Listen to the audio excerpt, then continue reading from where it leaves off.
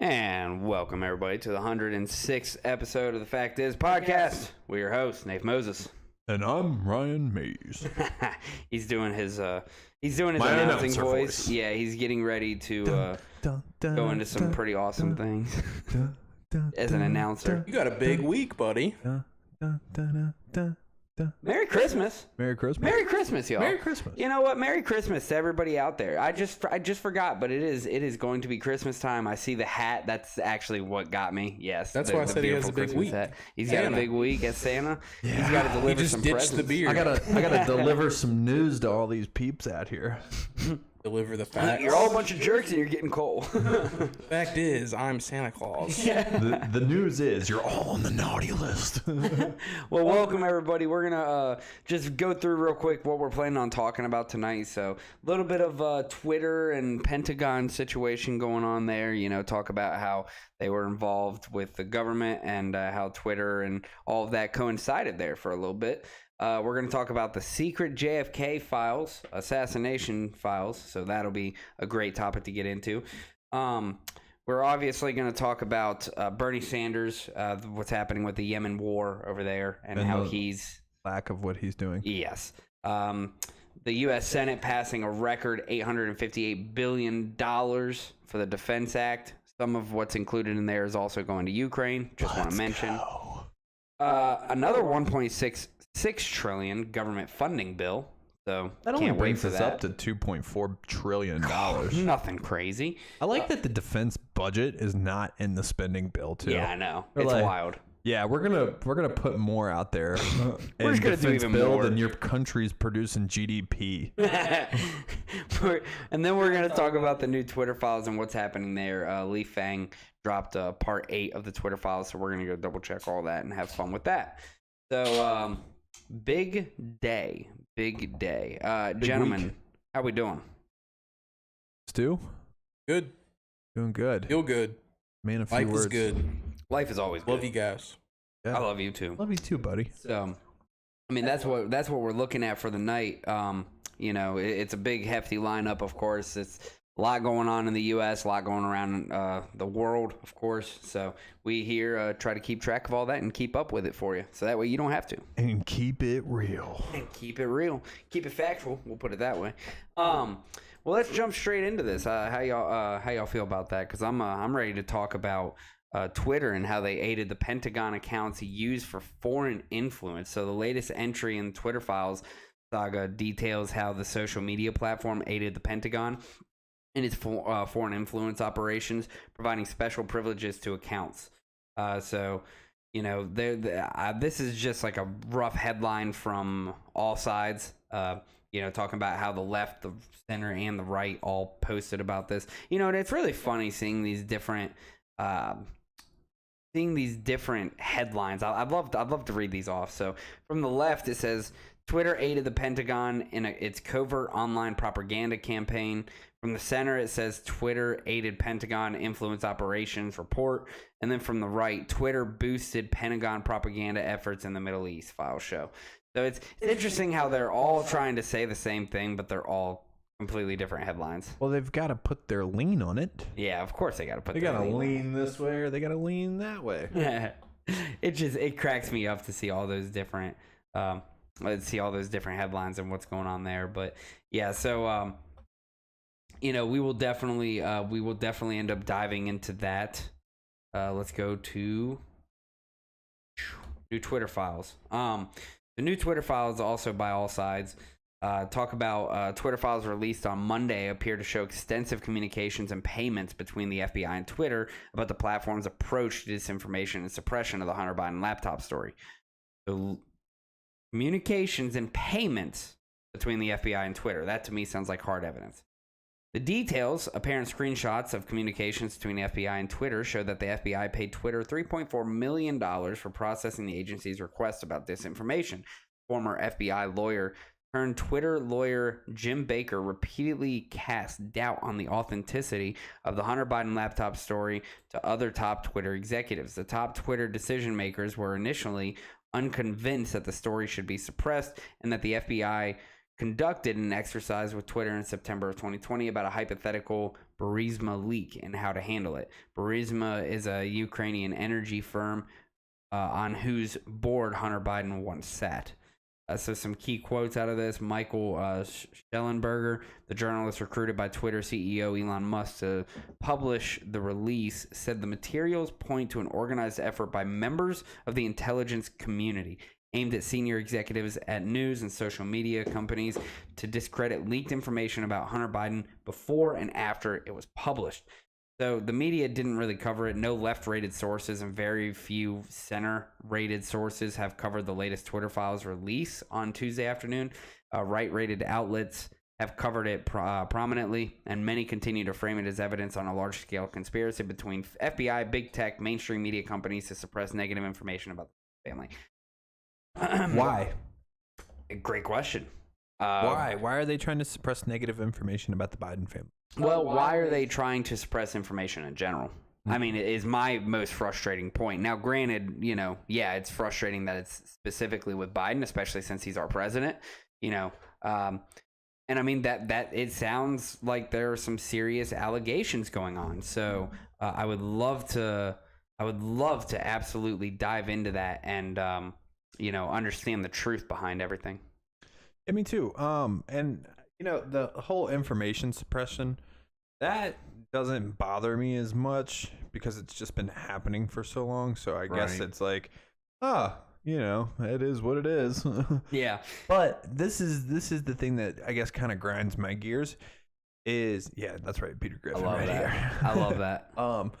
If this was Trump, right? And I'm not trying to take his side or anything here. I'm just saying, like, if this was Devil's Trump, advocate. and exactly. I'm playing devil's advocate. If this was him, would they be trying to protect his family from, all this information that's coming out about all of his bad dealings and stuff? No, they wouldn't. They actually fabricated a lot of things about him and his family that turned out not to be true. Right. Russiagate. Yeah, that was a terrible attempt at trying to hide that with a cough because I wasn't really trying to hide it. But, and that's what's frustrating about this is that media does have a very one-sided approach to things. Yeah. And because of that, we as Americans cannot get factual information. So now taking it back to the full scope of things, why are they trying to suppress information at all? And I get that there is certain information that does come out that is going to be harmful to the country, so they can't just release it, Say it, yeah. But how much of the information that they're suppressing is exactly that? Right. And yeah, I mean, that's a good point too, right? Because we know for a fact now that Twitter has worked with the left to suppress information. And accepted payment. And accepted payments. So at this point, it's down to criminal charges, in my opinion. But also, just going back to the suppression of information, I will say, regardless of whether Trump is a great example because, like you said, if it was the other way around, would they be trying to defend him? No, not at all. It shows how left-leaning our entire media is. Or is it not necessarily left-leaning, but pro-government leaning? Because Trump wasn't technically a government guy. And he also wasn't favored by the Republicans there after a while either. So. Exactly. So is it protecting? I mean, this is just the most recent example because it's Biden, but Biden is also a government guy through and through. I mean, yeah, he's our leader right now. So is this just protecting their own? Or is this really just trying to protect the stranglehold that those families have on the U.S. government? Right. That's an interesting way of putting it. I don't know. That's a good question. Right. So, seeing how this is all playing out, it's only getting worse. Of course. Yeah. Every release. I mean, every release is just getting worse. It's like watching like a car crash that you can't look away from. You know what I mean? Yeah. Like you see it coming. And you see the semi, and you're like, "Oh, this is not going to end well." But I can't look away. I'm not going to go through every single thing. If y'all want, just look up Li Fang and a status that he has. But I will go through some of this. So, Twitter Files Part 8: How Twitter quietly aided the Pentagon's covert online PSYOP campaign. Despite promises to shut down covert state-run propaganda networks, Twitter docs show that the social media giant directly assisted the U.S. military's influence operations. Twitter has claimed for years that they make concerted efforts to detect and thwart government-backed platform manipulation. Here's Twitter testifying to Congress about its pledge to rapidly identify and shut down all state-backed covert information operations and deceptive propaganda. They put behind the scenes, Twitter gave approval and special protection to the U.S. military's online psychological influence ops. Despite knowledge that Pentagon propaganda accounts use covert identities, Twitter did not suspend many for around 2 years or more, still remain active. In 2017, a U.S. Central Command CENTCOM official sent Twitter a list of 52 Arab language accounts we use to amplify certain messages. The official asked for priority service for 6 accounts, verification for 1, and whitelist abilities for the others. The same day CENTCOM sent that list, Twitter officials used a tool to grant a special whitelist tag that essentially provides verification status to accounts without the blue check, meaning they are exempt from spam, abuse flags, and more visible, likely to trend on hashtags. That is so frustrating. That is frustrating. The CENTCOM accounts on that list tweeted frequently about U.S. military priorities in the Middle East, including promoting anti-Iran messages, promotion of Saudi Arabia U.S.-backed war in Yemen, and accurate, quotations, U.S. drone strikes that claim to only hit terrorists. CENTCOM then shifted strategies and deleted disclosures of ties to Twitter accounts. The bios of the accounts changed to seemingly organic profiles. One bio read, Euphrates Pulse. Another used an apparent deepfake profile pic and claimed to be a source of Iraqi opinion. And then one Twitter official who spoke to me said he feels deceived by the covert shift. Still, many emails from throughout 2020 show that high-level Twitter executives were well aware of DoD's vast network of fake accounts and covert propaganda and did not suspend accounts. So, I mean, it's pretty cut and dry at this point how corrupt all of this was. I don't really see how people cannot start getting prosecuted. If that makes sense. I mean, it's very clear cut to me. You would think. You would think. Now, here's the bigger question. If Twitter's this bad, can't imagine what everything else is like. What does Facebook look like? Right. Because Facebook is the largest social media platform in the world. Yep. So, what does Facebook look like? Facebook, Instagram, Twitter, YouTube, TikTok. Yeah, that's the next one I was going to get to, the old alphabet. Yep. What do they look like? It's an interesting thing to talk about because that is a lot of information, right? That is a lot of information on those social media websites, those social media servers. If you are able to manipulate what gets seen more compared to what doesn't, you know, what kind of information gets spread more, purposely pushing certain things for certain agendas. I mean, that's literal propaganda, and that's a dangerous concept to run into. So, yeah, absolutely. I mean, now let me ask you a question. If Elon is in his jet and the jet hits a pack of birds right, and goes down and blows up and Elon dies, are you going to be surprised? No. Me neither. I'm not going to be surprised if... I mean, we've seen how... JFK Jr. We've seen how people who start to make big changes in society... JFK Sr. ...start to... You know, unfortunately, they do. You see people who pass away from... Suicided. Yeah, certain situations. It could be in a car wreck. You know, I know the big one was Queen Elizabeth, right? Back when she died. Princess Diana. Or Princess Diana, I'm sorry. Thank you. The Queen of Wales. Yeah, when she ended up dying in that car wreck, and there was a whole bunch of controversy behind there, and you see a lot of different things. But you know, let's hope Elon stays safe, protect that man at all costs. I would like to Not necessarily. see him. No, you don't think so? No, he's rich enough; he can protect himself. Oh yeah, good point. I mean, with that much money, right? You have unlimited access. Well, to and the other whatever thing is, resources I don't you want. necessarily agree with everything the man does. Like, do I think he's doing a good job? Not everything. Yes, I do. I think he has the betterment of humanity and at heart. I think he really truly does believe that we could be better than we are right now, and he's innovating strategies to be able to, or implementing innovating strategies to be able to get to a point where humanity is much better than it is right now. Right. So I do agree with him in certain senses there. Now, what I think he's doing with Twitter, I think he needs to stop treating it like it's his playground, although it is his playground right now. Yeah, right. But he needs to go ahead and lay down some clear, concise rules and just let it be the town hall that it's meant to be. Right.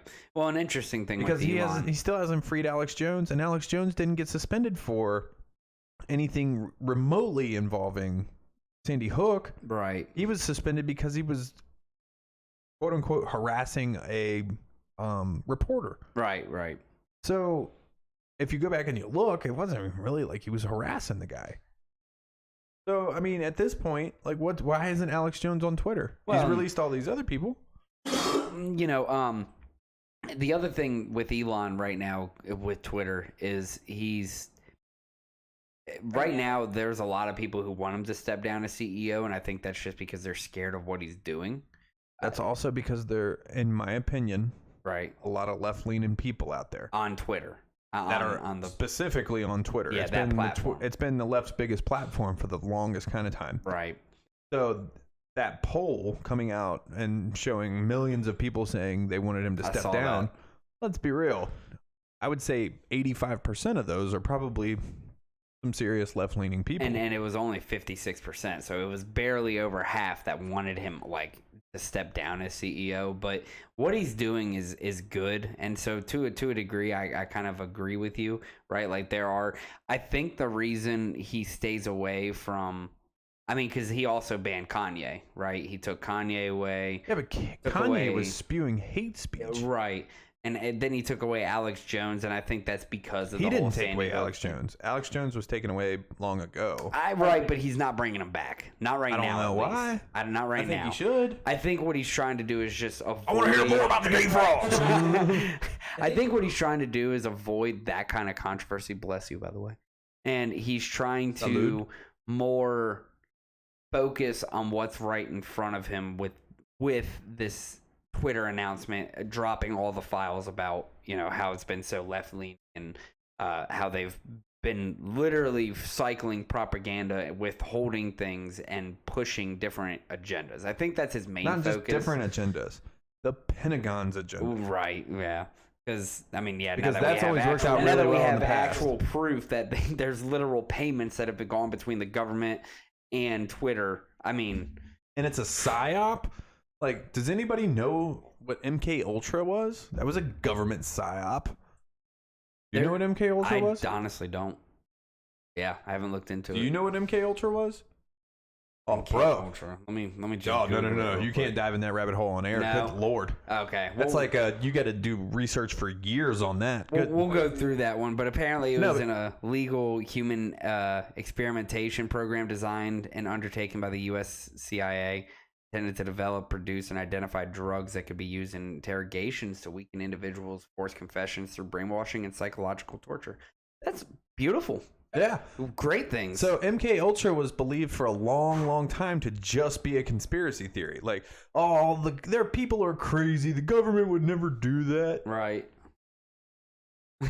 Well, 2 hours later. It comes out. MK Ultra is actually real. And that's where a lot of these studies that are like on LSD and things like that, that's where that comes from. Have you ever seen the movie Men Who Stare at Goats?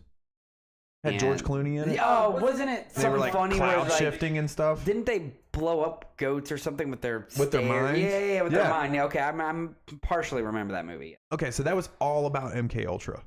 Gotcha. And that they had actually developed psychics in that experiment. That's what the movie was premised on. Interesting. I'll have to look into that a little bit more. But the fact that Twitter's out here peddling government psyops, pretty concerning.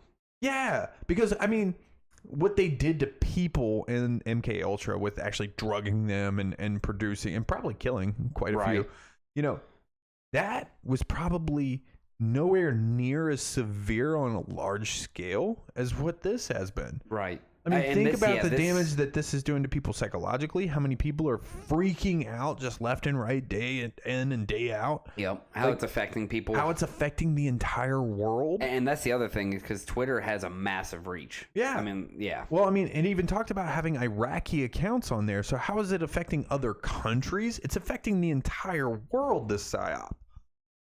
So now like we need to find out who's making those payments, and it needs to be more than a slap on the wrist. Right. Oh, I agree with you. And it's looking here, like, as of December 2022, Twitter's audience accounted for over 368 million monthly active users worldwide. So you're about looking the size of the United US. States. Yeah, about the size of the U.S. If worth of every people. single person in the United States used Twitter, every single one of them, and that includes my brethren in West Virginia who live back in the boonies. In the boonies. And the people who live out in Utah in the middle of the desert with the tin hat on talking about aliens. And even Joe out in northern Utah who has 15 wives because he's that religion that lets you do that. Yep. I'm not going to call it out, but It's a different way of life, for sure. different way of life. Yeah. But yeah, I mean, this is beyond reproach at this point. Like there has to be something that comes from this. There has to be some sort of accountability off this, or when will we ever get to the accountability phase? Who's the attorney general right now? What's his name? I forgot it. I had it right there on the tip of my tongue. Blinken. Is it Blink? No, that's Anthony Blinken. Barr. No, William Barr was with. Jason Miyares? No, Miyares is attorney general for Virginia. I'm talking about attorney general overall. Or not the. Yeah. He's the one that prosecutes. What's his name? He was just in Congress. God bless him. Oh, I don't know. I'm looking. I can't find it. Jeff Sessions? No, not What Sessions. his last name was Garland? Barr. Garland. Oh, Garland. That guy. Attorney General, Department of Justice, yes. Yes.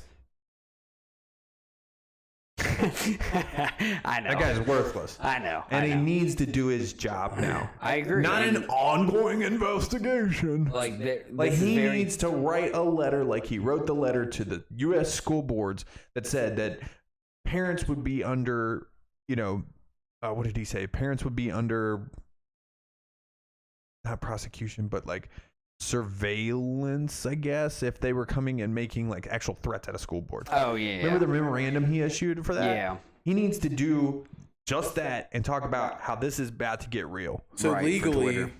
how would they prosecute this? You would find the people who were in connection with Twitter, who were in the FBI or who were in the Pentagon, and you would literally start to go up the chain. Yeah, I mean, you would just, and what you would do is, I mean, this is almost, again, psychological warfare through social media and being able to alter how people can, are able to perceive Who prosecutes things. the FBI? Who investigates the FBI? Department of Justice. I mean, it should be, Department of Justice.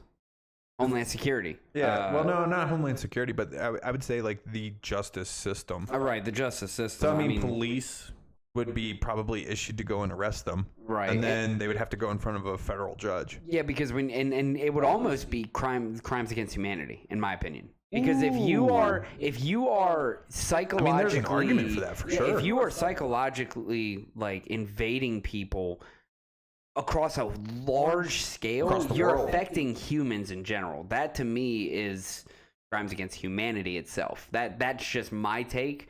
There's argument for a couple definitely different case things. for that. Yeah, I think you could but- definitely make a case for that, because yes, it's not actually like you're not, but yeah, you are damaging people. You like are. You can't You are. can't say that you're not. On a deeper level than what people understand, too, on a psychological level of the human brain that we don't even fully comprehend. Neurologists don't even fully comprehend a freaking brain, and they work in them. You know what I mean? Is this the beginning of the end of social media as we know it?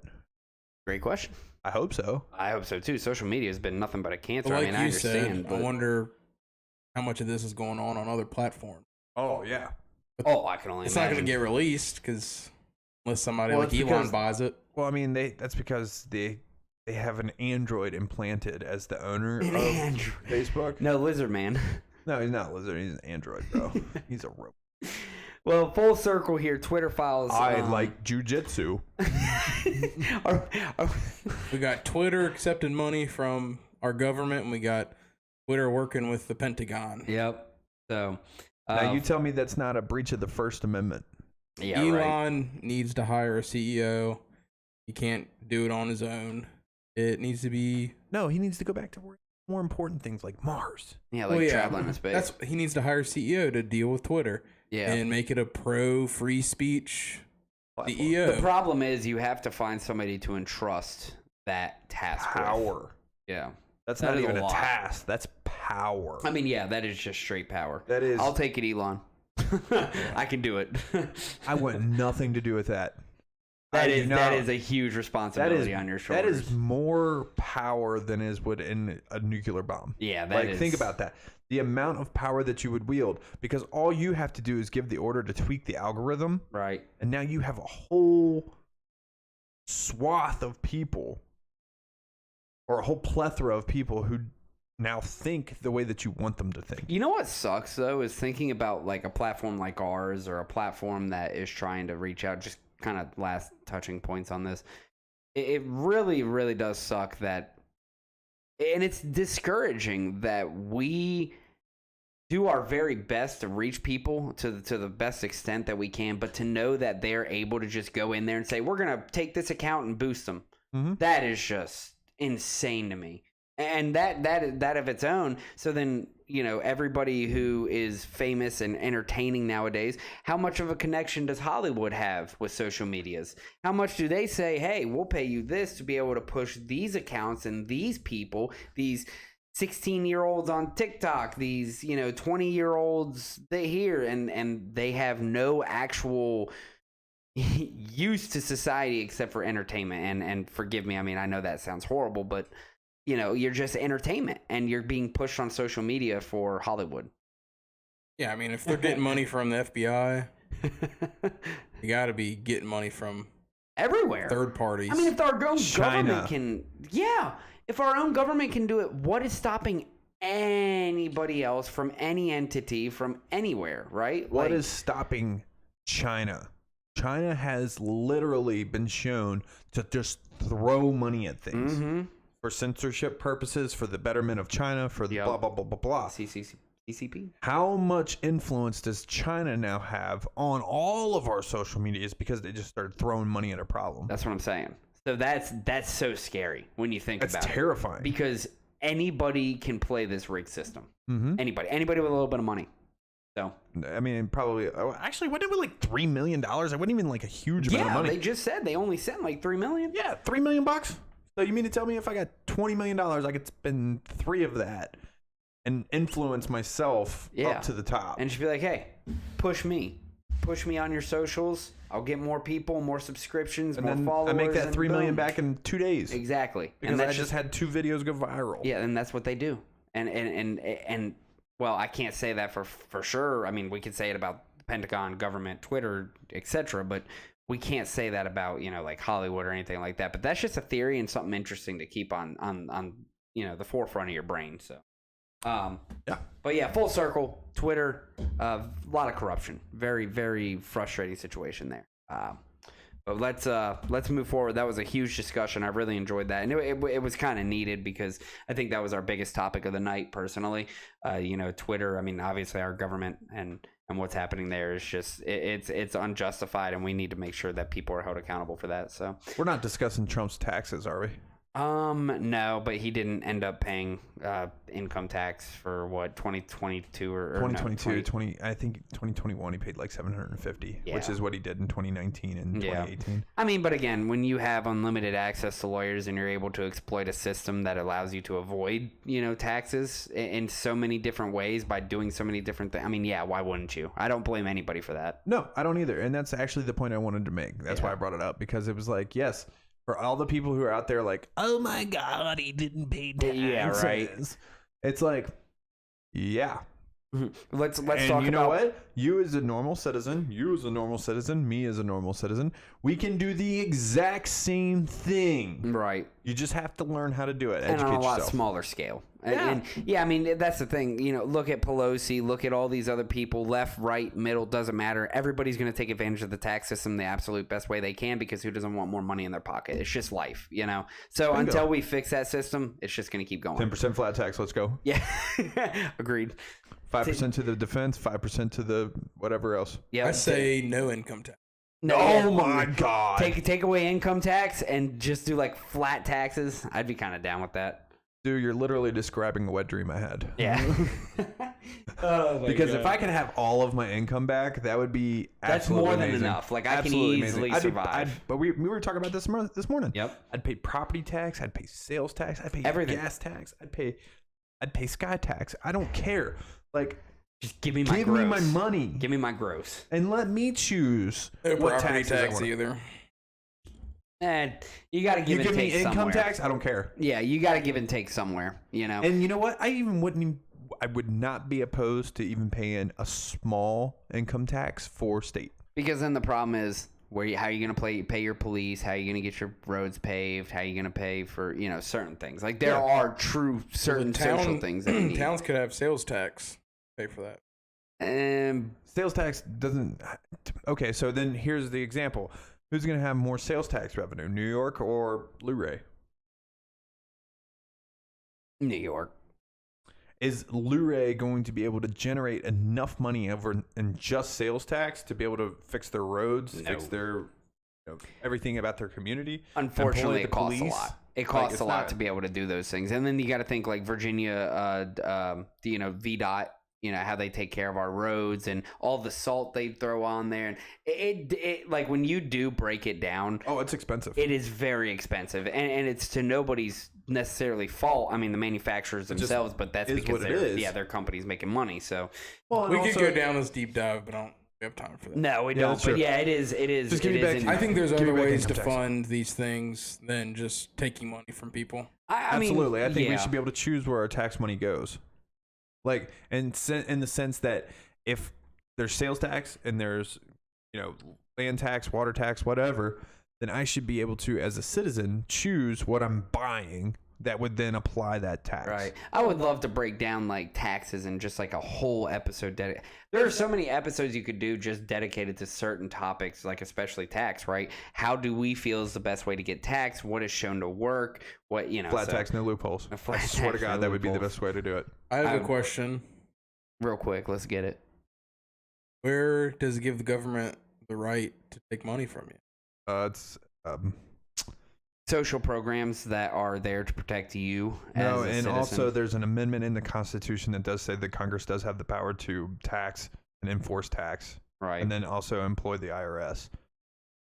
I don't know I which think one it it's 17th Amendment, Do me a favor, Stu. or maybe it's I think it's the 17th Look Amendment. up which When was- amendment that is while I go through the JFK files. All right. All right, cool. Ooh. Let's do this. So the Hey, secret. time to take that 10.5 off, people, Yeah, because right? we 'Cause know this it's is real. true. This is real. The secret JFK assassination files are finally here. So, National Archives on Thursday released thousands of secret documents related to the assassination of President John F. Kennedy. Driving the news, in a memo, President Biden authorized more than 70% of the roughly 16,000 remaining files of JFK's death to now be released in full. The decision came after a comprehensive effort to review the files over the last year. All documents of JFK's assassination should be shared with the public, except when the strongest possible reason counsel otherwise. That was said by Biden. The profound national tragedy of President Kennedy's assassination continues to resonate in American history and in the memories of so many Americans who were alive on that terrible day. President Biden believes all information related to President Kennedy's assassination should be released to the greatest extent possible, consistent with, again, national security. Biden has called for the release of all redacted information. The basis for the continued restriction of the information no longer outweighs the public interest, which is so interesting to me. Last year, Biden postponed the release of the trove of documents citing the pandemic. At the time, Biden asked the National Archives to conduct a one-year review of the documents before they were released. The one-year deadline expired Thursday. In October, the Mary Farrell Foundation sued the Biden administration to force the records release. More than 70% of voters wanted Biden to release the secret JFK documents. So More than 70% of voters also want term limits. Can we get those? yeah, right. So interesting thoughts here. So basically, if I'm not mistaken, it does. Let's see, secret documents. Let me click on this real quick through Axios. But if I'm not mistaken, it essentially is just saying, that the That's a CIA had lot of something to pages. do. Yeah, the CIA had something to do with the assassination of JFK. Correct? I'm not I mistaken. believe Not what that the doesn't gist say of. that explicitly, Right. but Well, It so definitely here hinted it toward goes. that, I believe. The lawsuit argues that the government hasn't followed through with President John F. Kennedy assassination records collection of Act of 1992, which Congress passed without dissent in hopes of making JFK assassination records public by 2017. The foundation wants a judge to void Biden's decision from last year to delay the release. The suit also alleges the federal government redacted records involving the CIA, Cuban dictator Fidel Castro, the alleged JFK shooter Lee Harvey Oswald, and more. The foundation also called on the National Archives to find records known to exist but that are not part of the JFK collection. What the CIA is hiding is the operational interests of senior CIA officials and Lee Harvey Oswald while President Kennedy was still alive. So basically, what's so frustrating about all this, oh, good Lord. Okay, so hold on. So Biden released 1,500 documents related to JFK's death last year. Former President Trump also extended the deadline to release the files in 2018, citing national security. About 19,000 documents tied to the assassination were released at the same time. So Axios told the final 16,000 documents yet to be released are among the most sensitive of JFK's death. So what's crazy to me is the CIA is trying to restrict, and people are trying to restrict this information getting out because of public interest, is what they're saying. Is it that, or is it simply because the individuals that were involved in this are still part of our government? And that would, be bad for the public interest because we'd probably that go was in an 60 uproar. years ago. Well, Biden's been in for 40. I guess young CIA agents, Yeah. they can still be living. They can still be or living. They could still be living and they could be retired, but it could, put jeopardy to Well, they their say families. once you're in the CIA, you never leave. I mean, I don't understand why we would have to Once hide you go through files letters. of an assassination of our president. I don't understand, number one, why it takes I mean, at this 19,000 point- plus files, but At this point, does anyone believe that it wasn't us that did it? yeah, I mean, seriously, I don't know what to even think anymore because I mean, the magic bullet. Come on. yeah, it's crazy to me that we have files on this that are hidden anyways, right? Like we should be more transparent about what happened to the death of one of the greatest presidents The in our American country. people have a right to know. Yeah, I mean, straight up. Just like aliens, release all the files. Apparently, they're doing that too. Or Hey. the Pentagon acknowledged something about the UFOs. Aliens. Actually, that is one thing that was good that come from Trump's term, was that he did release a ton of documentation on aliens. Right. And not aliens, but UFOs. UFOs. right. Did you see some of the naval clips? Like, bro, little black diamonds like this Oh, flying yeah. in the air, and then like F-22 Raptors, which are the baddest planes that we have, and then the things like Gone. gone. Yep. It's like- it's interesting because a lot of people debate. what that was. A lot of people debate whether it's like government technology or if it's whatever. Because here's the thing: if somebody didn't want you to get a hold of it and understand and listen or like find that information, they wouldn't let you get it. Just like these files with JFK, they restricted it for a reason, and they did it for all these years, and now they're releasing 19,000 files, and somebody now, or however many thousands of files, now somebody's gonna have to go through every single one of those files to try to understand something. They're gonna have to try to break it down for the public, because who among us has that much time to go through that many files? JFK conspiracy theorists. Good for them. You stand corrected, sir. Yeah, right. They are sitting in there with the saucepans on their head at their computer, reading through all of this right now. And you know what? More power to them. Truly. Oh, absolutely. More power to them. We're to going be to see able a documentary on this in the next 2 years, and they're going to be like, all these files came out. These files. This Here's is what what they said. happened. It wasn't the grassy knoll. It was actually the guy in the back seat. Oh man, but yeah, I mean, so it's concerning to know that they're withholding so much information from us, but at the same time, it's kind of relieving that they're bringing out the files now. But I mean, but in all that time, what's to say files didn't get destroyed or misplaced or tampered with? Why is it kind of relieved? Like, that's not relieving. That's like appalling. Like, why aren't people being held accountable for their actions? I know. So I will tell you why they're not releasing it all.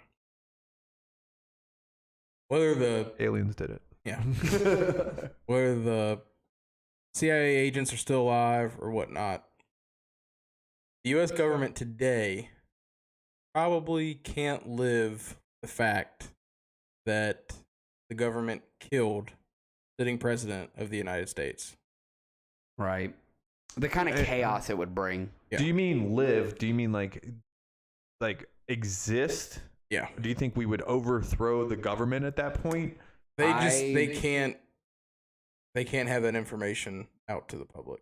I think it would be very It would be detrimental hugely detrimental to the government. to our democracy. I don't mean literally live as in like their life should be taken. No. That's not what I mean, I thought you meant like I just couldn't live with myself. Like the Right. U.S. government has committed atrocities. They could live with themselves. Yeah. But no, it's interesting that you see, because again, the would amount of uprise that would come from the American people, I feel Bingo. like I think- would be, I think if it ever came out and we were like, oh yeah, Operation JFK dead, yeah. and this is the trigger man. He was the CIA operative. It would this is how we really planned hurt it the out. reputation. Oh, the CIA, I think, would be done.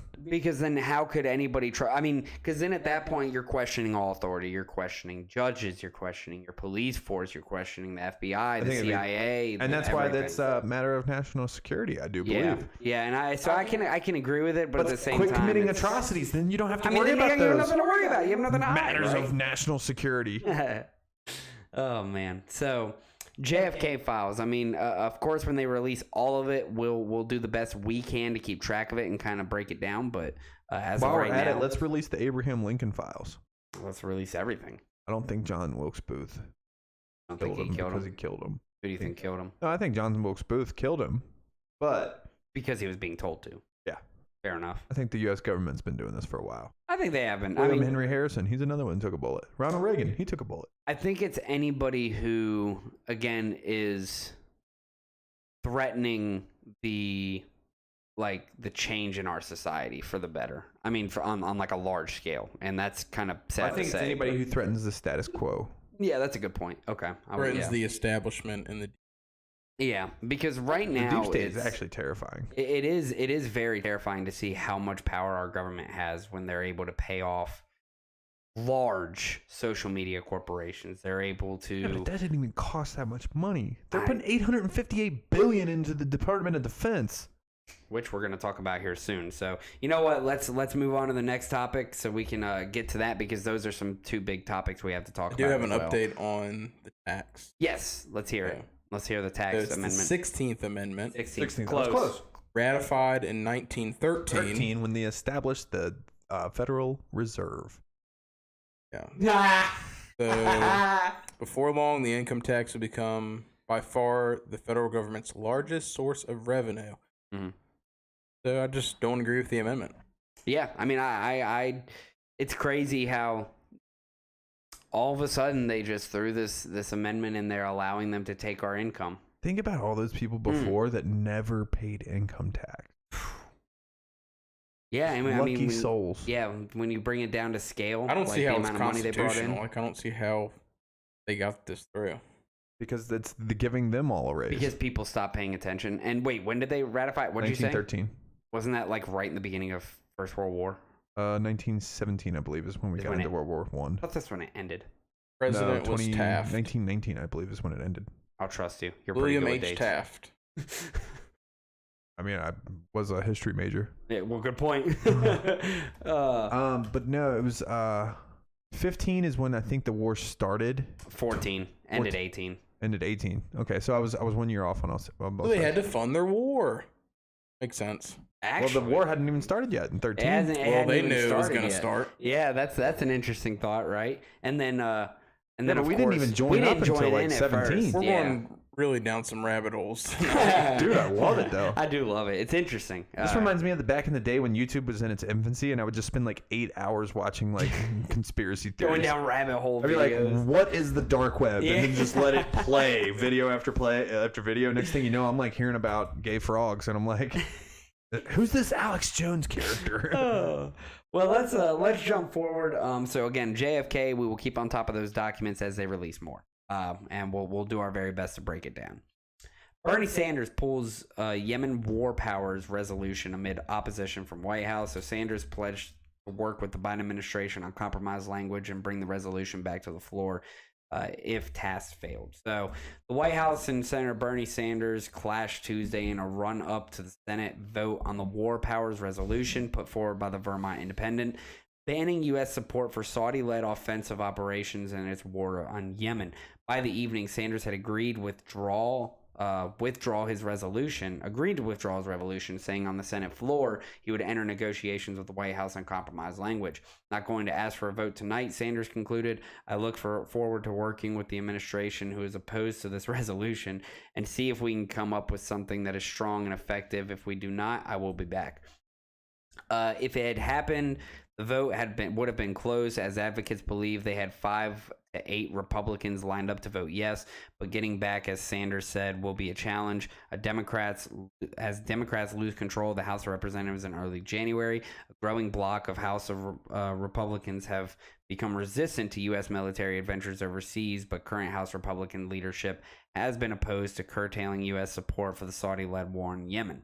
On Tuesday morning, the White House privately circulated talking points making the case against the resolution, saying President Joe Biden's aides would recommend a veto if it passed, and that the administration was strongly opposed to it. The White House argued in part that a vote in favor is unnecessary because significant hostilities have not yet resumed in Yemen, despite a large in a lapse in ceasefire, and the vote would complicate diplomacy. Sanders leaving a rally in support of sick days for rail workers, at which he called on the White House to take executive action on their behalf, said that he was aware of the administration's efforts. I'm dealing with this as we speak. Questioned by the White House press corps, Press Secretary Karine Jean-Pierre, not a lot of people like her, by the way, initially declined to comment on the administration's posture toward the resolution, but when confronted with the confirmation by Sanders, she acknowledged the administration was pushing his preferred approach. We're in touch with members of Congress on this, thanks to our diplomacy, which remains ongoing and delicate. The violence over 9 months has effectively stopped, she said, adding the administration was wary of upsetting that balance. Yeah, between her and the woman who did it for Jen Psaki. For Trump, I feel bad for them because they're caught. Are you talking about Kayleigh fire. McEnany? Or yeah. They Kayleigh was kind of like a no nonsense lady, man. She was they on just her get stuff. caught in like this line of fire, and they always get Jen ridiculed. Psaki though, good. Look, I'll circle back around. Let me circle back to that. Yeah, Let me right. circle back to that. So Looking like a Chucky doll. Yemen. How do you all feel about Yemen and what's happening there? Saudi Arabia supplies a lot of our oil. No comment. No comment. Saudi Arabia does provide a lot of our oil. That is also factual. And but- that seems to be the U.S. government's stance on this. right. Unfortunately. I don't know. This is tough. It's again because at what point do we continue to intervene with international issues when we can't even get ourselves, corrected here in the U.S. I mean, yeah, this Yemen situation, it's definitely not ideal, of course. But I don't know what to make of it anymore because, again, unless the UN steps in, like unless it's more than just the U.S. trying to be the power to step in and, help kind of bring this Yemen war to peace, I don't see how it's going to happen. I'm tired of the U.S. trying to be the one, country that tries to get involved with everything. How did Rome fall? From the inside. Kinda. Rome fell because it got too big. Right. It got too spread out. It couldn't reach the central power could not reach the outskirts of the empire. Right. And therefore it began the internal collapse because then all the outside factions started saying, well, We're nowhere close to Rome. Why are we being governed by something that has no interest in us? Right. Because like that one movie said, America. Yeah. So it does seem like we are kind of repeating history in a sense with Rome. We've gotten this big, huge, powerhouse that we've become, and now instead of worrying about the things that are going to lead to like continued prosperity, we are absolutely trying to spread ourselves too thin. Yeah. And in doing so, now we're creating more enemies worldwide than we are allies. That's a scary prospect. Because China doesn't like us, Russia doesn't like us, Brazil doesn't like us. Nobody really likes us. I don't even like India us. doesn't like us. Hold on, and that's what BRICS is. Like, have you done any research into BRICS? BRICS. BRICS. It's Brazil, Russia, India, China. Oh yeah, they're the ones South who are Africa. they're the ones who are trying to take. They're trying to set up a new reserve currency in the world. Yeah. And they just had 14 other countries apply to become citizen or members of BRICS. Involving places like the Middle East, if I'm not mistaken, right? Some Middle Eastern, some South American. Yep. But here's the crazy part: like that is not going away. Right. That's becoming a bigger and bigger that problem. That currency's going to become probably the next world currency. Unfortunately, No, you don't think so? I think it's going to be a lot like the euro. I think it'll be specific to those countries, maybe. Right. But I don't think. Yeah. Now, Saudi Arabia and a couple of those other huge oil producers. I think Venezuela also applied to be in that. Oh Lord. So that's two major oil producers. And the reason I bring all that up is because we as America, we're not doing the world any favors by putting our hands into everything. But at the same time, how do you step away from everything and then let this huge power vacuum open up? Well, because the other problem that's happening, and like I understand it's a humanitarian crisis. It just sucks that nobody else is talking about it except for us. But right now, there's 17.8 million people in Yemen that are lacking access to safe water, sanitation, hygiene services.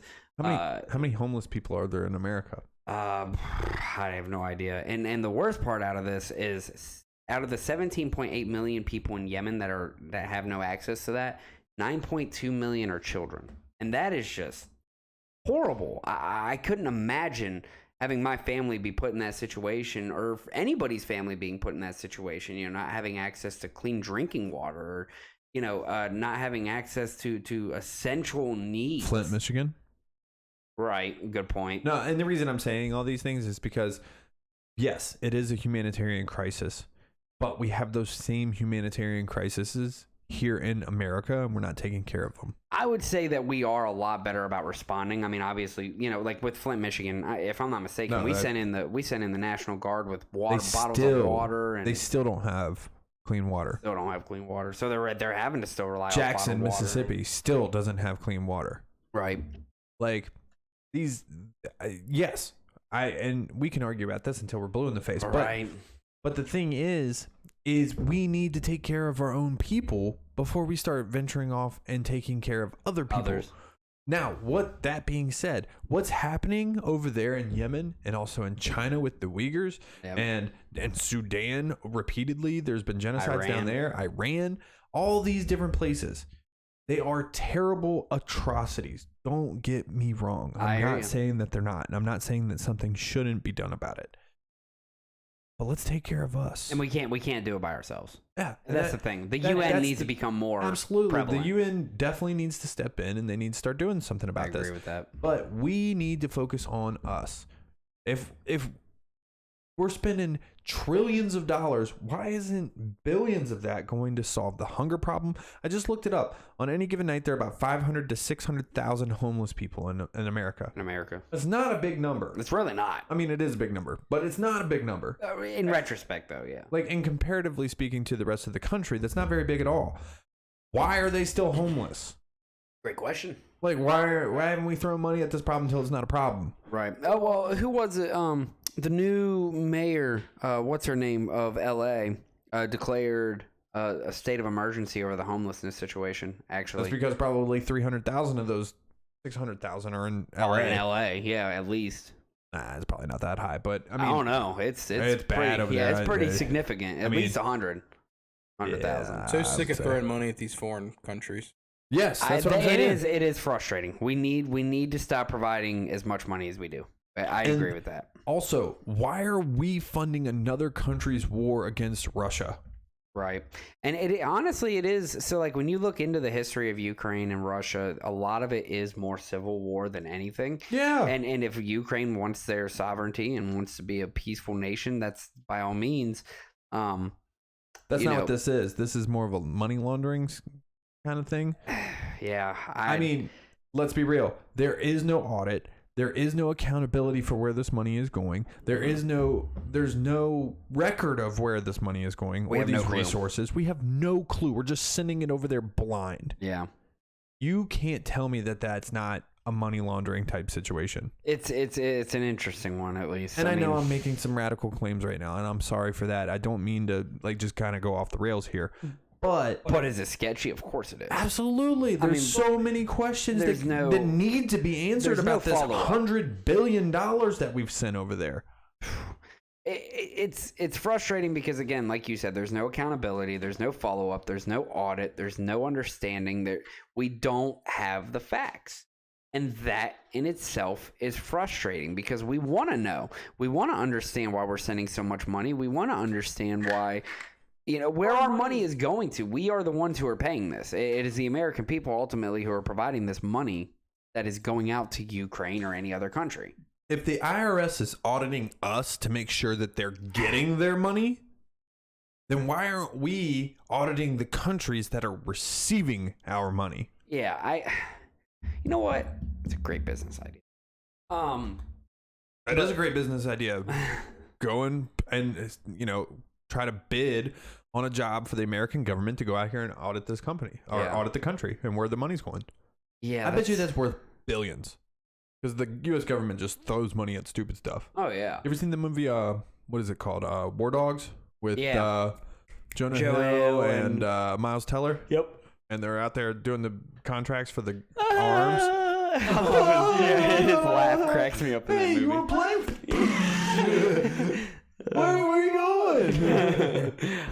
But yeah, I've seen that. I bet you there are contracts out there for just that. Yeah. You get a team of great tax people together, people who are good at doing audits, and I guarantee you they could go in and just audit where this money is going, but then they would probably potentially disappear because that's not what they want. Yeah, potentially. And I mean, that is one of the scariest things about life. And even for like Joe Rogan or anybody in that, the fear of bringing about the truth and how that can be a consequence towards you or your family or your loved ones. It's, you don't want to think like that, but it's a scary thought to have because it is potential, right? Like we don't know this world's secrets, and there's a lot of questions. There's a lot of unanswered questions that we would all like to know. So yeah, I mean, that fear plays a lot into why people probably don't do things like that. I mean, and live a long life, dude. I'm going all over the place. I don't know. My brain's just firing on all cylinders right now. I like it, but that's why Jesus called Satan the king of this world. All right. Because it's not God who's the king of this world. Let's be real. Who really actually worships God in this world right now? There's a select few of us, but who's out there like in the streets, proclaiming God all the time? Right. Very little. How many people are doing terrible things every single day? Oh, it happens every second. Every single day. Yeah. Every day.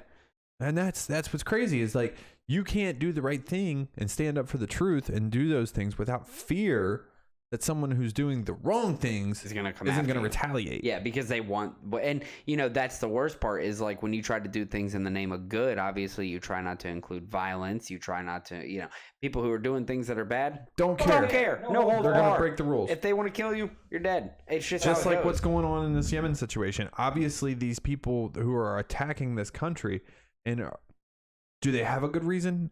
I don't know. Probably not. I don't know enough about the conflict.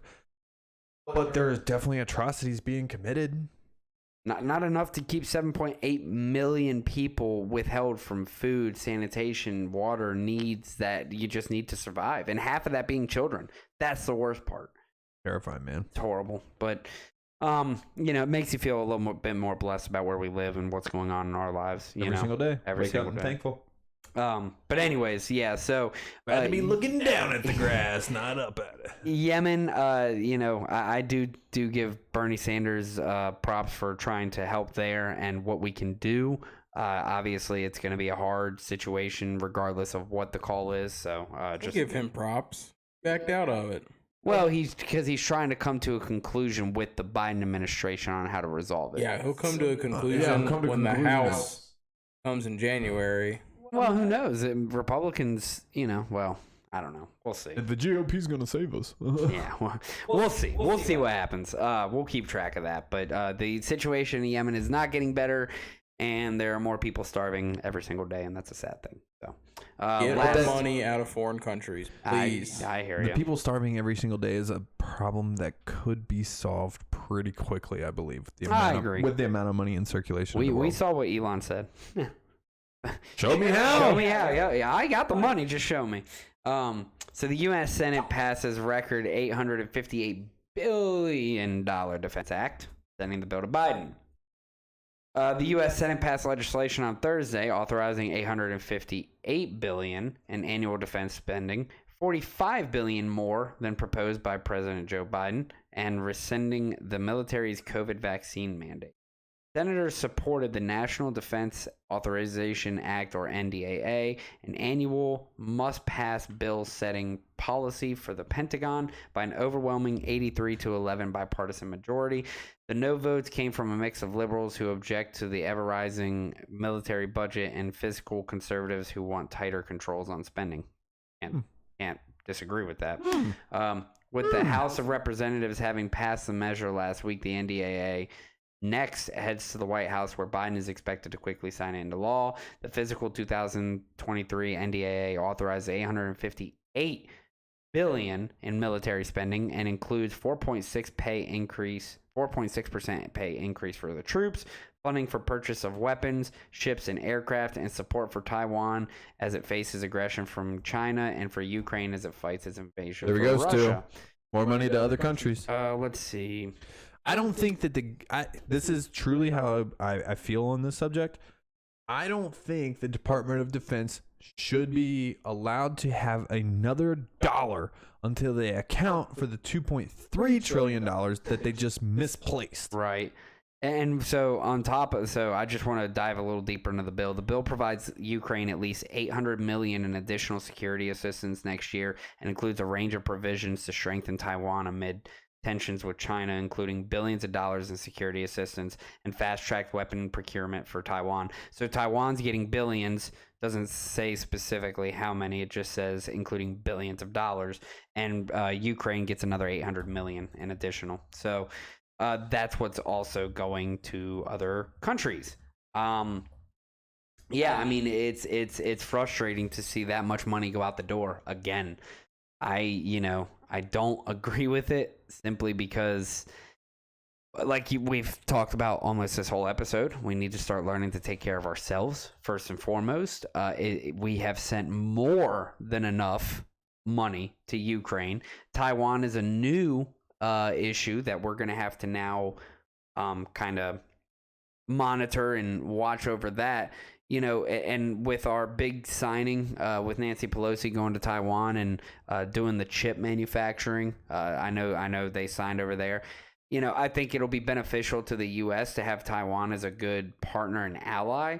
I just don't, again, at what point do you stop spending so much money over there? At what point do you draw the line and say, okay, we've given you this much, we've given you training, run with it? Right? Like, at what point do you just allow the country to fend for themselves? You have to have allies in this world, but America has created this crap.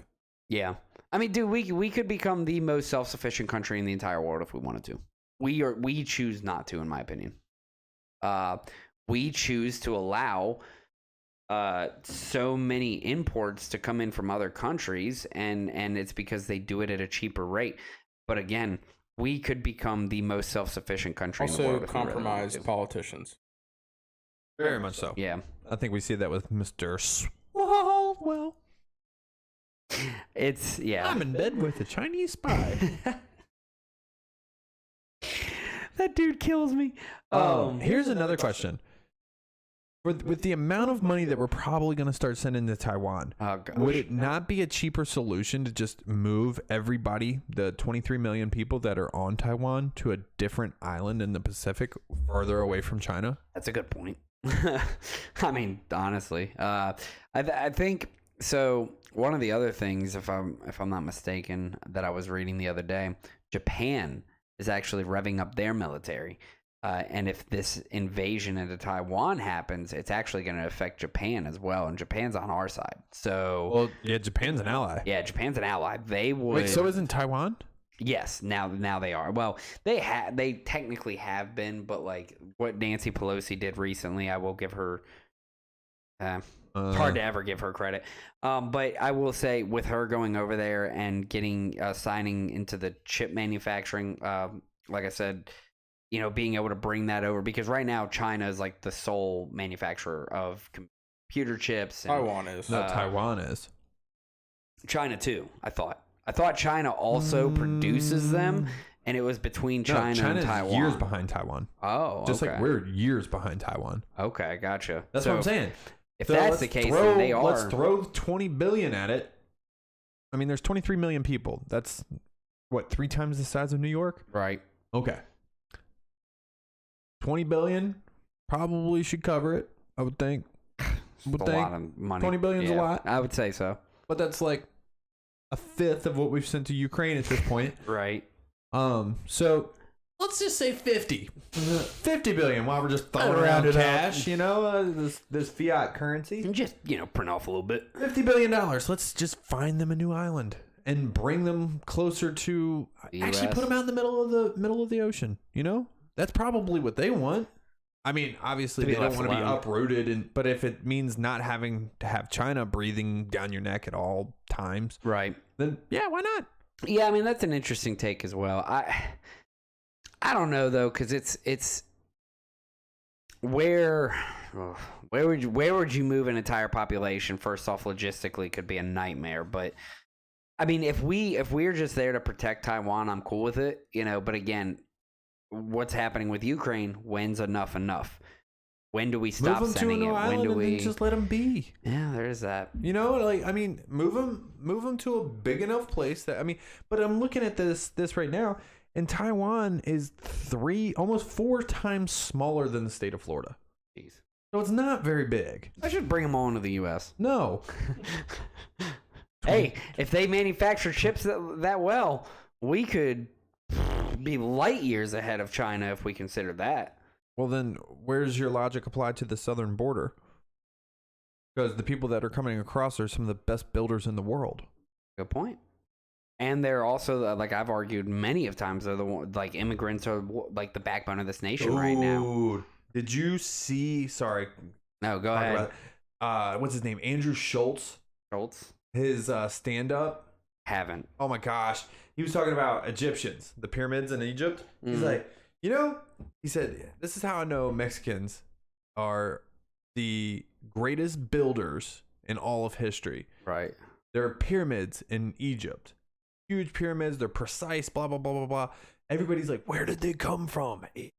Yeah, right. Those same exact pyramids exist in Mexico. Ain't nobody asking questions where they came from. We know who built those. It was the Mexicans. Actually, that's a great point. There are a lot of pyramids over in Mexico. Oh, dude. It was hilarious when he said it. I laughed at it. But then it got me thinking. I was like, that's a we good don't point. ask that question. Yeah, because we don't. The only places we got pyramids that were like naturally built in this world, by human hands, were Egypt and Mexico, if I'm not mistaken. I think so. Yeah, interesting. Are you Interesting talking take about on the that. Mayan temples, Mexico? Yeah, Yeah. Aztec, Aztec Mayan. and Mayan and all temples those down in pyramids and Mexico. stuff. Yeah, down in South America. But that's pretty sweet, actually. Now that I think about it, Dude, he was so on point with it too, and I was like, ha ha ha. Oh, whoa, that kind of makes sense. Yeah. So sorry. No, you're good. Getting back to immigrants coming into the country, being the backbone of the country. I absolutely agree. I do think that our culture has gotten to a place where it's decayed so much that, I mean, the number one thing our kids want to be is social influencers. Yeah. So we have to have some hardworking people from somewhere, right? And that's part of the issue, right? Is all these people want to do different things, but that's also part of the issue. Is we allow them to believe that they can become something so significant in the social media world or influencing wise. You can. That's the hard part. But if you don't, which I mean, more than likely, it's even like 1% chance. If less, there's so many people right now making the same amount of money playing video games online, right? That would be working in a factory, right? And if you gave me that choice, yeah, I'm playing video games. Here's my problem, though. How many of those people are the ones that are on welfare? How many of those people are taking up our social, I guess, taking advantage of our social structures? Our social structure, yeah. Like what's allowing for people who truly need that help and the assistance, how many of those people are just kind of ripping it off? And that to me is the only concern that I have. But I see what you're saying. I mean, yeah, why wouldn't you give that a shot if that's the opportunity you have? You know what I mean? To me, it makes sense. I mean, a lot of times in factories, you're losing fingers, limbs, potential death. Yep. And factories are not a safe place. Not necessarily. I mean, the worst thing that's going to happen to you when you're sitting in a chair playing video games Cramp up. Or you may have a heart attack if you sit there long enough and don't move. Yeah, well, there's that. But that's going to take years. Your obesity could shoot up. Obesity is definitely going to shoot up. Yeah. Boredom, that's going to be there. Oh, yeah. I would even get to the realms of depression, anxiety, things of that nature because you're around technology and not interacting with humans enough every day. Weird how when you're around something that doesn't have a soul, how you get sad. Interesting. God bless. That was a told deep quote. I am firing on all cylinders right now. Firing on all cylinders. Well, all right, cool. So we went over the defense bill. Of course, like I said, more money going out to Taiwan, Ukraine. We'll keep track of that. It's going to President Biden. It's expected to get signed quick. But let's also talk about how the U.S. Senate advanced a $1.66 trillion government funding bill. That makes $2.4 trillion for those of you who are keeping count. Yep. A $1.66 trillion government spending bill drew overwhelming bipartisan support in the U.S. Senate on Tuesday as lawmakers steered it toward passage before a weekend deadline to avoid partial shutdown of federal agencies. Democratic and Republican negotiators agreed early Tuesday morning on the sweeping bill to fund the federal government through the end of the fiscal year on September 30th, raising funding from about $1.5 trillion last year.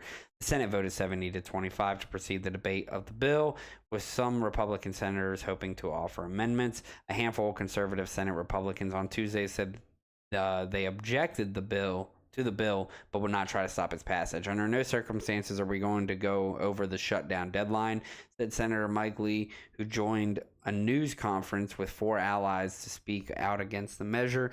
Fellow Republican Senator Mike Braun said the group will intensify its budget reform efforts next year when Republicans take control of the House of Reps.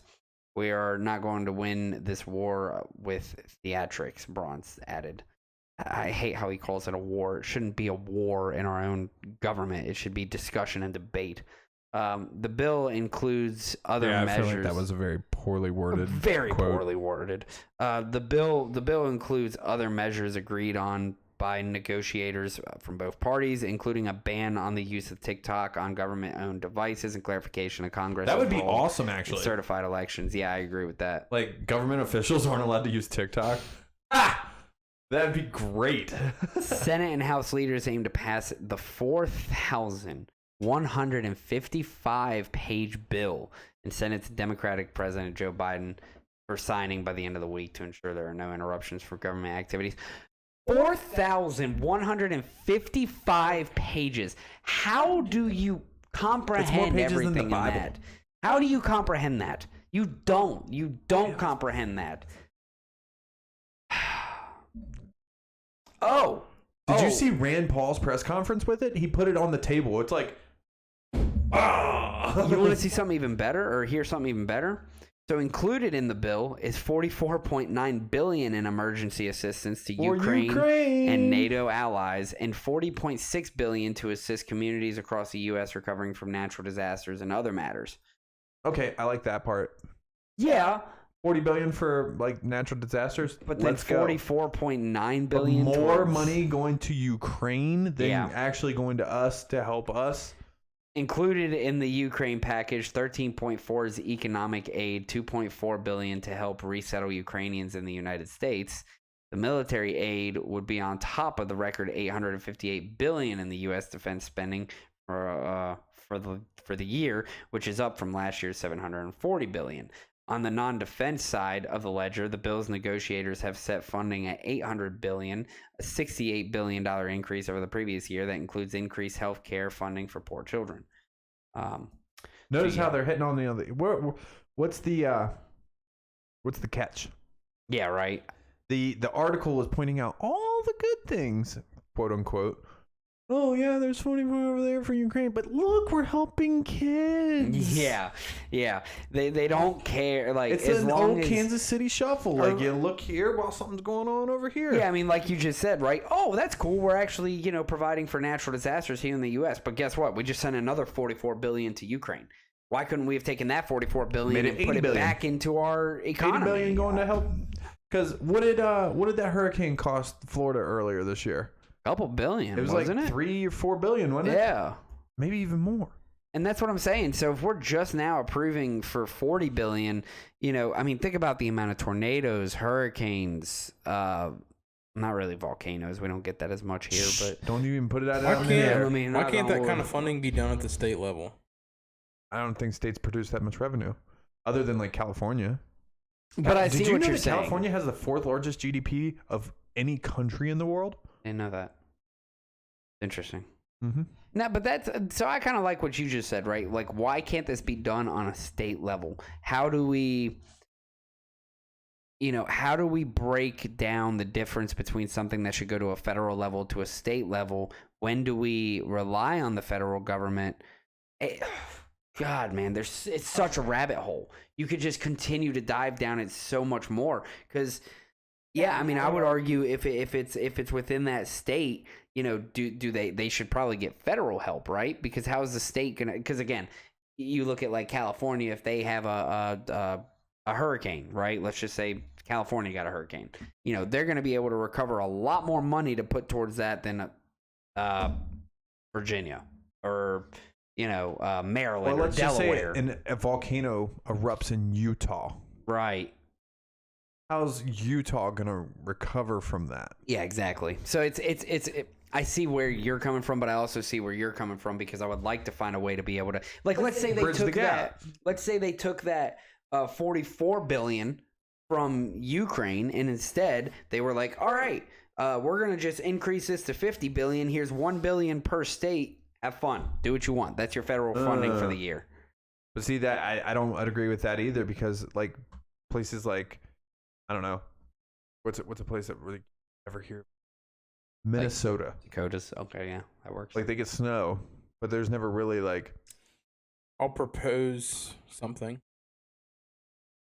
When there's a natural disaster, a lot of people, they fly down there to help out.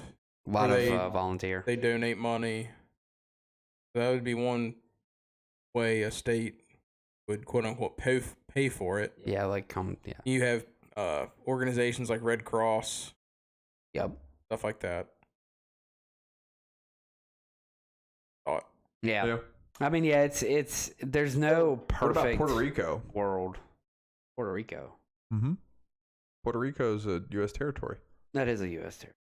So when it gets hit by a hurricane, FEMA went and helped it last time.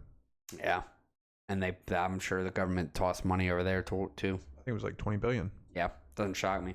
But yeah, I mean, they wouldn't be able to recover from that if somebody wasn't there to help them. It'd be like Haiti, the Dominican Republic. And that's a very, these are very specific examples, whether we actually, there's a lot more to the spending issue than just. Yeah. I mean, we're splitting hairs at this point. We're just kind of, talking about the little things. Oh, $40 billion. We're talking about $1.6 trillion. and wow, that's like a lot of money. That's like literally, that's actually less than if I had $100 bill and I was worried about a penny. Right. That's wild to me. That's Like if you put it in comparison. yeah, because it's just like a drop in the bucket with that kind of money, and that's. Yeah, I don't know. I don't know what the easy answer or the best solution to all of this is. Obviously, that's why we get together so we can discuss things like this. But I mean, it does. It gives you like a headache. It's hard to keep track. It's it's not simplistic on purpose. I feel like they make it difficult. Not. They make it difficult on purpose, right? And it shouldn't be difficult. It shouldn't be, but it's made that way. So, but that was Does anyone audit government spending? You know, I'm gonna look that up real quick. Y'all carry on with the discussion. I feel like the Internal Revenue Service should do that. Audit. Good. Should. Definitely should. The government checking itself. That's The funny. Government Accountability Office is an independent and legislative agency that monitors and audits government spending and operations. So GAO is an independent and legislative. So they're not agency. elected officials. How are they hired? The kindness of our heart. Do the people that are in power currently? That is a great question. That is something I'm gonna have to do research on to find out. But did you know that the Pentagon has never passed an audit? Pentagon has never passed an audit. What happens when you don't pass an audit? You go to jail. Yeah, exactly. So, I mean, interesting how all of our government officials haven't passed an audit in the Pentagon, but they don't get in Guys, prison. I got something to say. Let's hear it. We are the most corrupt country that's ever existed. Rome. I think we are. Rome. I'm between Rome and here. But to be fair, with our country, we started off on a good foot. Rome. So did Rome. So did Rome. And then it ultimately fell. Now, here's the next question. And this is just going way off topic at this point. When does America... Do you believe in the fall of America? And if it does, when? I think in our lifetime. In our lifetime? Yeah. That's what scary. consists of a fall? Yeah.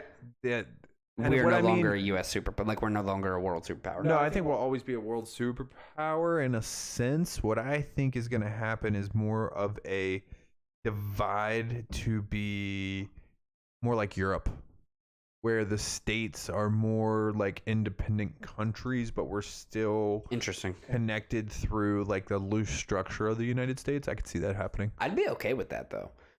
I could see the death of the federal government in our lifetime. That would be an interesting road to travel. Because literally the federal government should only have the power to not tax. I'm sorry. Oh, they You should not love have the taxes, power. don't you? No, I hate taxes. I freaking hate them. I hate them. The federal government should only enforce the Constitution. Well, I don't even think that they should do that. I think that that's up to the states to do as well. I think that the federal government should oversee the federal military. Protect And then- life, liberty, property. And I think it should also pass rules that, pass rules for the country as a whole based upon what the states want. And then I think the last thing that they should do is infrastructure for the entire country. Looking at it from a business standpoint, I would say the federal government is corporate. They're corporate, and your states Or your franchises? Your franchises or your distribution center, whatever you want to call them, right? Like your states are the actual moving operations. So And then federal government is more like your corporate that audits and double checks and does things like that. let me see if I'm following you here. So you're thinking like the corporate is the structure, like you have to play by corporate's rules, but within your franchise, you're pretty much able to do what you want. Customize the way you want to. Yes. And the problem there is, though, we have given so much power to our federal government. Centralized power. Yeah. Right now we would have to really make very clear lines on what's what, right? So, like, for example, I think the federal government should be able to say, you cannot ban handgun, follow like the Bill of Rights. You cannot ban handgun sales. You cannot ban firearm sales. That's just illegal. Protect the Constitution. And just like kind of protect the Constitution. So I could see that. And then being the overarching big brother, and then within the states they're working. But the federal government should not have near the power it does. I agree with that. No, I agree with that. Should not have near the power. And the amount of money that they're taking from the American people is pretty crazy. Absurd. Pretty you mean crazy. to tell me that there's 3 times more of my paycheck coming out to go to the federal freaking government than there is going to my actual state? Yeah, exactly. Where you live and reside. Yeah, make sense. Because I they don't even talk passed about that unconstitutional amendment back in 1913. Yeah. Hey, Before World War I, where we ultimately no. In 1820, Andrew Jackson abolished the Second Central Bank. We experienced a period of what's the word I'm looking for? Like surplus within our economy. For almost 100 years Wow. before another central bank was instituted. I didn't know that actually. Bro, you guys need to brush up on your history. I'm very bad with history, I'll be honest. Man, I heard the quote one time, if those who do not study and understand history are doomed to repeat it. Right. That's when I was like, I need to pay attention to this. Because math, I can figure out. Right. Science applies. I think it's cool. See, that's interesting because But history? even with history, you can see. I like to believe that people change throughout history. Nope.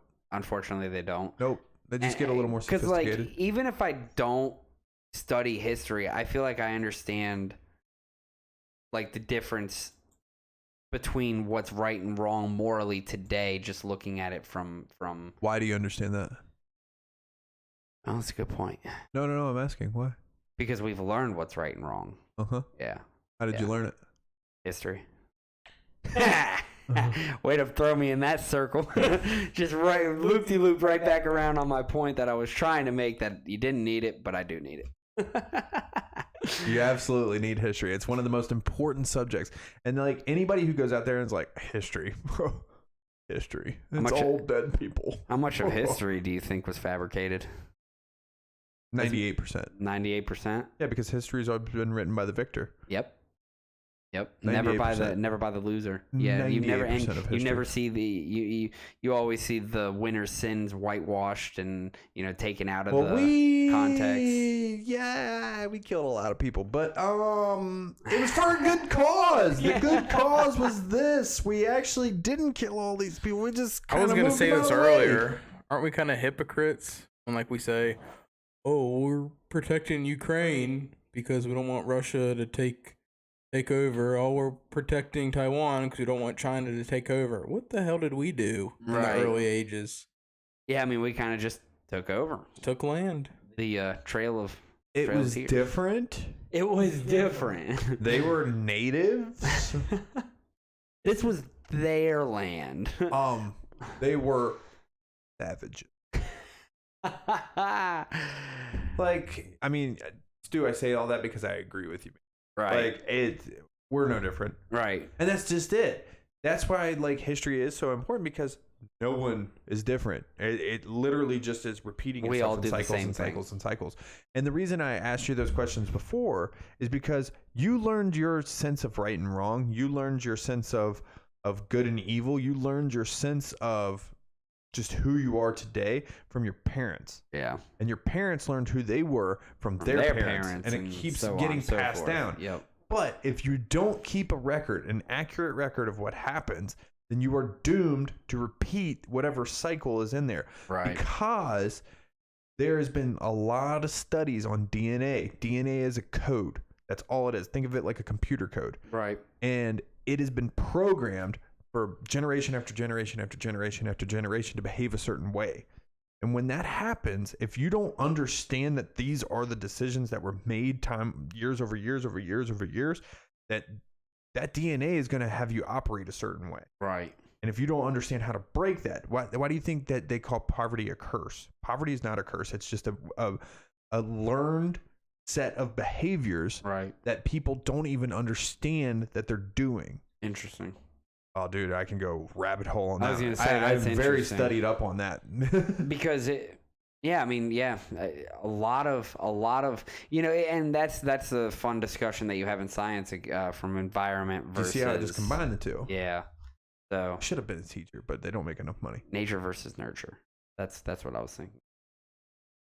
Because Kinda. it's like, are you a product of your environment, or are you preordained to be who you are because of your DNA, right? Like there's obvious differences between, your, like, again, the amount of money you make is not necessarily preordained by your DNA. No, it's not, but your behaviors are. Your behaviors are. And if you don't recognize those and making a concerted effort to change them, those, yes. yeah. Now, just think about how hard it is for people to necessarily change it because it's written in your DNA. That's interesting. It's huge. It's hard. Yeah. It's so hard. It's the hardest thing you'll ever The do. human brain is. It's awesome. It is. I like but it. Here's the crazy part. What you just said. The hard part for people to change that. It's so almost impossible for 99% of people because they don't even know that it's happening. Right. And they don't know how to combat it. And how many people have you heard say, I don't even know why I do this stupid stuff? Right. You don't Like, understand the why. person who gets blacked out drunk time and time again, they like, I don't even know why I do this. Yeah. Well, I think we do. Do you know come why from now. a long line of alcoholics? Yep. Because if you do, then, chances are you're going to be an alcoholic. And that's a really good point. You have a lot that relies back on your genetics, and you do have a lot but you also have a lot that can rely on your nurture, like how you were grown up and how you were raised and the environment you're in today, the people you surround yourself with. I think that with, again, like you said, with very, very good attention to detail, you can understand how to and change these things. But you have to study your personal history. Now, in terms of what we're talking about with the government and with, society and civilizations, if you don't have accurate record of what happened, then civilization is doomed to repeat itself. Yeah, exactly. Because they never learned the lesson. And I think that maybe, just maybe, that's where the internet could save us all.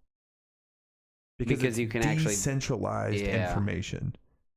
So it would be an accurate database of what really happened. As long as nobody interferes with it.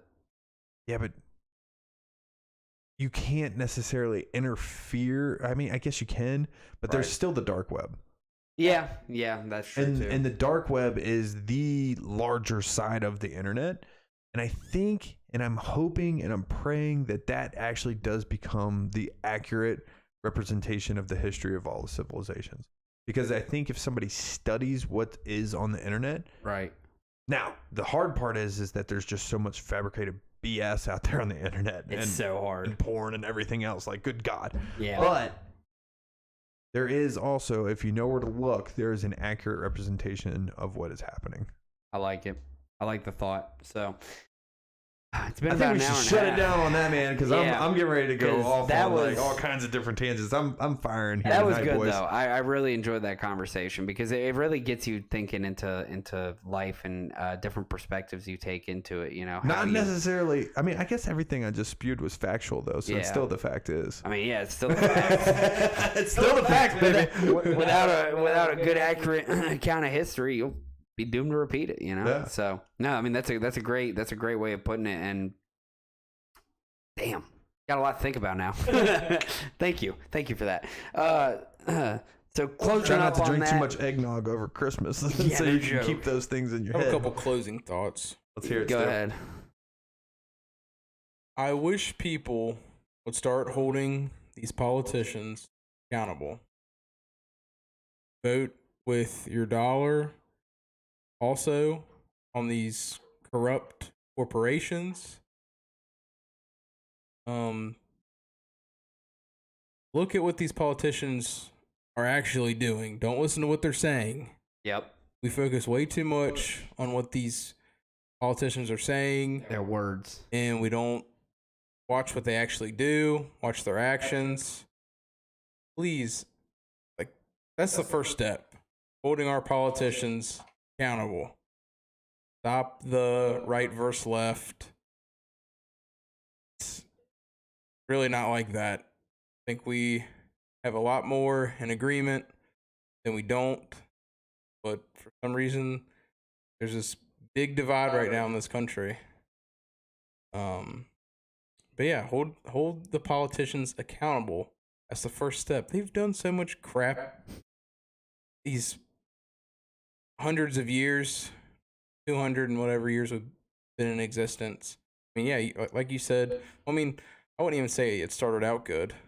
I mean, the Constitution is, I would say, well written, but we didn't uphold. But it was also written in blood. We didn't uphold Yeah, it those was. values at first, which we strive to each and every day, I think. I mean, I try to. I don't know about our government right now, but I don't know, yeah. Hold politicians accountable because they've gotten by with BS for way too long. Way too long. And I'm so sick and tired of it. We're supposed to be a free country. I don't know if we are. I mean, we're freer than a lot of other countries, but Right. I mean, gosh, it could be so much better. There's a lot we could do, and unfortunately, it's gonna take the efforts of everybody here in America, at least 3/4 or 2/3, however you want to put it. It's gonna take a lot of people paying attention to actually make a difference, and that's unfortunately how it's gonna have to happen. So until we do that, Keep tuning into the fact is. keep tuning into the fact is, yeah, just keep coming here. We'll continue to provide the best information we possibly can to make sure that you are able to walk away from here with nothing but the facts and being able to come up with your own opinion. Yeah, and at least gain some I perspective. don't see how anybody could trust the government today. I feel like that's been brewing for a long time, though, Stu. I was gonna say I do now, but that's how could anybody truly trust the government? And it's because you would some people believe in the better side of society. They don't want to see the harm in what people can do. They want to see the good in what people can do. I think it's foolish. I think it's I shouldn't say foolish. I should say I think it's naive.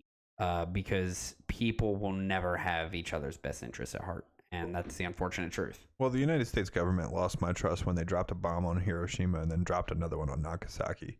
Good point. If you have the capacity to do that, then you're not an entity that I trust. Yeah. I mean, there was much, much different. Like, we could have gone through a lot different You methods. could have detonated before that thing off the coast. Think of all the scandals we know that our government's involved in. Just think of all the ones that we don't know. Like the cocaine cowboys in the 80s and everything else. Like, right. It doesn't stop.